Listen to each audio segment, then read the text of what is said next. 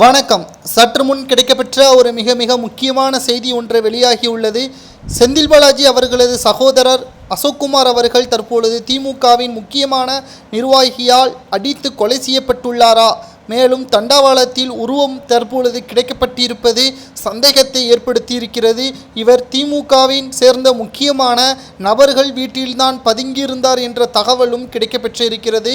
மேலும் இதை உறுதிப்படுத்தும் விதமாக செந்தில் பாலாஜியின் வீட்டிலிருந்து தற்பொழுது ஆட்களையும் வரவழைத்துள்ளார்கள். மேலும் குறிப்பாக செந்தில் பாலாஜி அவர்கள் ஜாமீனில் வெளிவர வேண்டும் என்றால் அசோக்குமார் அவர்கள் கைது செய்து நடவடிக்கை எடுக்க வேண்டும் என்று காவல்துறையினருக்கு நீதிமன்றம் உத்தரவுகளை பிறப்பித்திருந்தது. தற்பொழுது செந்தில் பாலாஜியின் தம்பிதான் கொலை செய்யப்பட்டிருக்கிறாரா அல்லது வேறொரு நபர் கொலை செய்யப்பட்டிருக்கிறாரா என்ற ஒரு சந்தேகமும் தற்பொழுது எழுப்பப்பட்டிருக்கிறது. குறிப்பாக செந்தில் பாலாஜி அவரது தம்பி அசோக்குமார் அவர்கள்தான் திமுகவில் யாருக்கெல்லாம் பணம் கொடுக்கப்பட்டது, மேலும் எந்தெந்த அமைச்சர்களுக்கெல்லாம் பினாமிகள் இருக்கிறார்கள் என்பதை துல்லியமாக அவர்தான் கூற முடியும் என்பதற்கேற்ப அமலாக்கத்துறை அதிகாரிகள் நீதிமன்றத்தில் கூறியுள்ளது.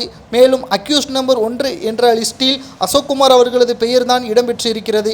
இந்த சூழ்நிலையில் செந்தில் பாலாஜியின் தம்பி அசோக்குமார் அவர்கள் திமுகவின் முக்கிய நிர்வாகியால் கொலை செய்யப்பட்டிருப்பதாக செய்திகள் வெளியாகியிருப்பது மிகப்பெரிய ஒரு பதற்றத்தை ஏற்படுத்தியிருக்கிறது. இதுபோன்ற செய்திகள் நிச்சயமாக திராவிட முன்னேற்ற கழகத்திற்கு மிகப்பெரிய ஒரு அவமதிப்பை ஏற்படுத்தும் விதமாகத்தான் அமைந்திருப்பதாக திமுகவின் வட்டாரத்தில் செயல்படுகின்றன.